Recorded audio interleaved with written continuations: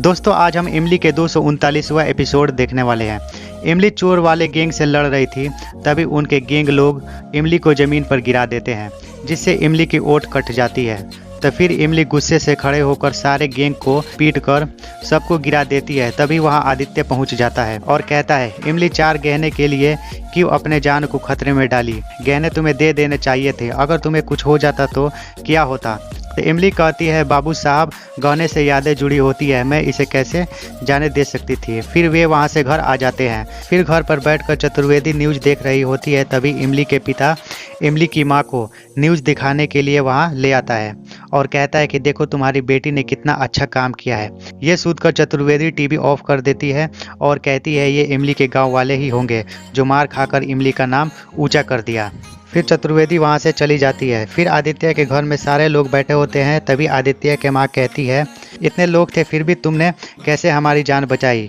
मुझे लगता है तुम्हें जादू आता है। मुझे लगता है कि तुम एक जादूगर हो, इसलिए तो तुमने मेरे बेटे को अपने बस में कर लिया है। आदित्य कहता है, अगर ये जादूगर होती तो सबसे पहले आपको बस में करती, क्योंकि आपके ये ताने तो नहीं सुनने पड़ते।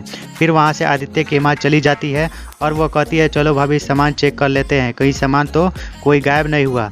फिर सामान चेक करते हैं तो मालिनी की माँ कहती है, भाभी इसमें मालिनी को जो हार पहनने के लिए दिए थे वो इसमें नहीं है। और दोनों परेशान हो जाते हैं और मालिनी को बुलाते हैं और कहते हैं, तुम्हारी हार तुम्हारे पास ही है ना? तो मालिनी कहती है, नहीं माँ मेरे पास नहीं है। तो उसकी माँ कहती है, तो हार कहाँ गया? फिर मालिनी कहती है, अगर चोरों ने चुराया होता तो ये हमें पुलिस ने दे दिया होता, आखिर हार कहाँ गया?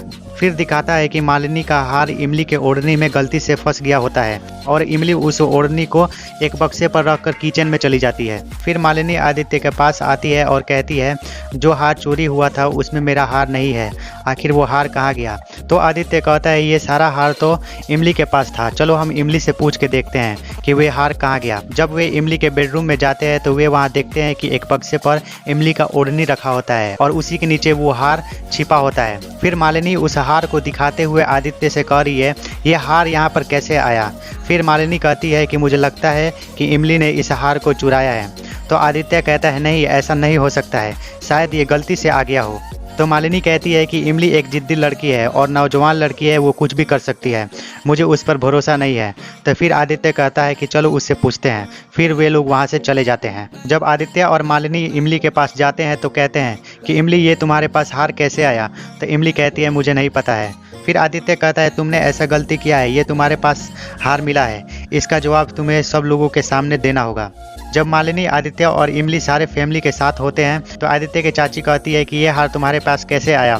तो आदित्य कहता है कि ये इमली के पास था। तो उसकी चाची कहती है कि क्या इमली ने इसको चोरी किया है? फिर सब कोई इल्जाम लगाने लगता है कि इमली ने ही इस हार को चोरी किया है, जिससे इमली बहुत डर जाती है और आदित्य कहता है, इसका फैसला करने के लिए मैंने कुछ और लोगों को भी बुला लिया है।